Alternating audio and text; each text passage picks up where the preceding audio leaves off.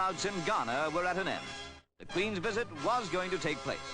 From near and far, Ghanaians converged on the airport, hoping to be among the first to see the royal lady of whom they'd heard so much.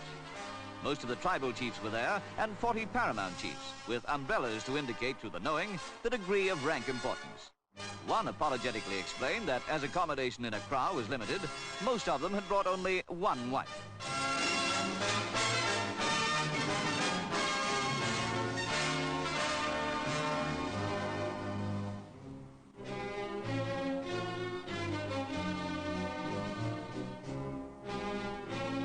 Drums announced the arrival of the aircraft. President and Mrs. Nkrumah arrived with members of the government and other persons of importance. And what a majestic sight when the giant Boeing taxied in.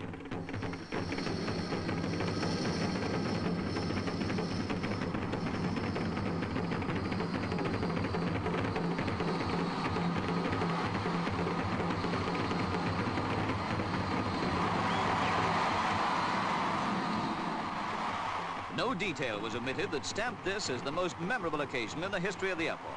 Her Majesty and the Duke of Edinburgh were here at last. 55 minutes late indeed, but that was owing to the fog-postponed takeoff at the London end.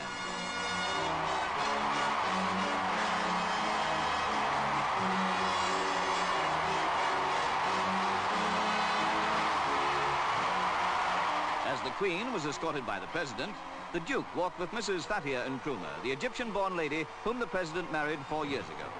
The Osajifo, as Nkrumah loves to be called, the word means redeemer, presented the chiefs and others of note. Their obvious pleasure showed how keen the disappointment would have been if Her Majesty had not come to Ghana. It all seemed to illustrate the mystique of the monarchy. For while Ghana insists on being a republic and makes it clear to the people that Her Majesty is not their queen, all at the airport received her with as much enthusiasm as if she ruled over them by divine right.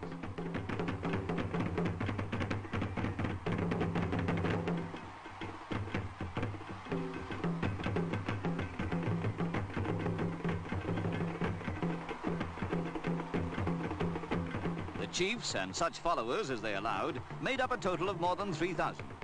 Quite apart from the wives already mentioned, some of them have more than 50 children. It's as well that most of them stayed at home.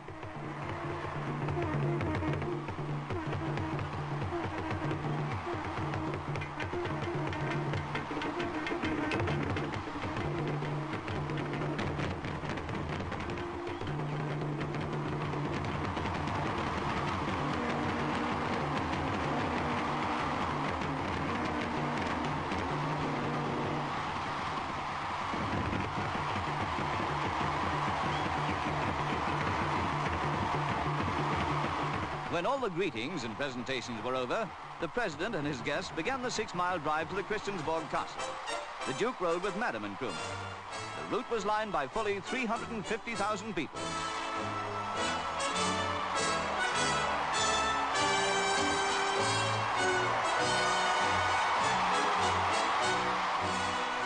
Next day, there was a parade of the armed forces in the Queen's honour. Black Star Square cost the strained Ghanaian exchequer £1 million to lay out.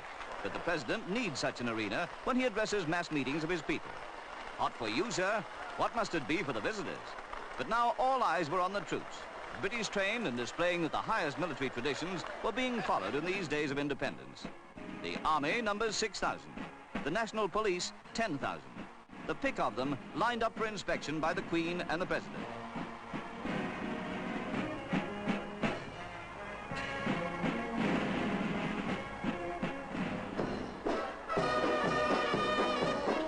The Queen could well understand with what pride Nkrumah and his people look upon the army.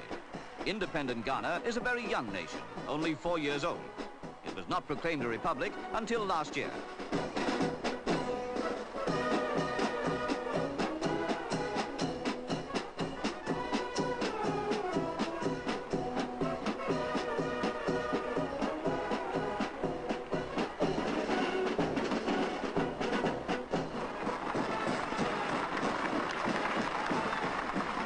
This was a formal ceremony.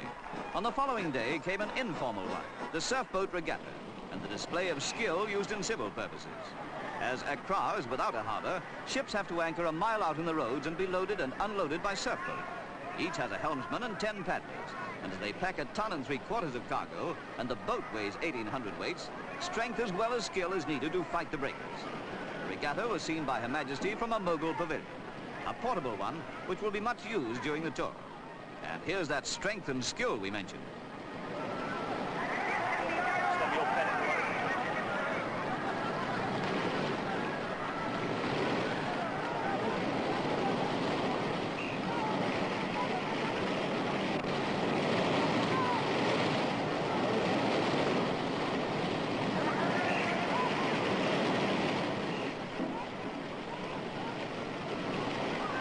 Naturally, the people of Accra are very fond of the surf boats and the men who man them.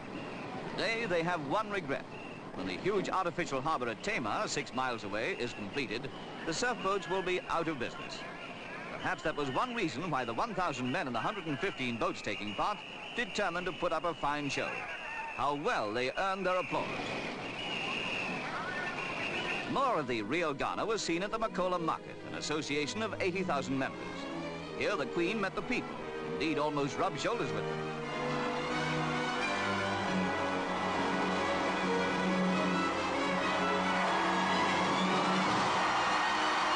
Every visitor to Accra wants to see the mammies, the plump stallholders who realize that silence has no place in salesmanship.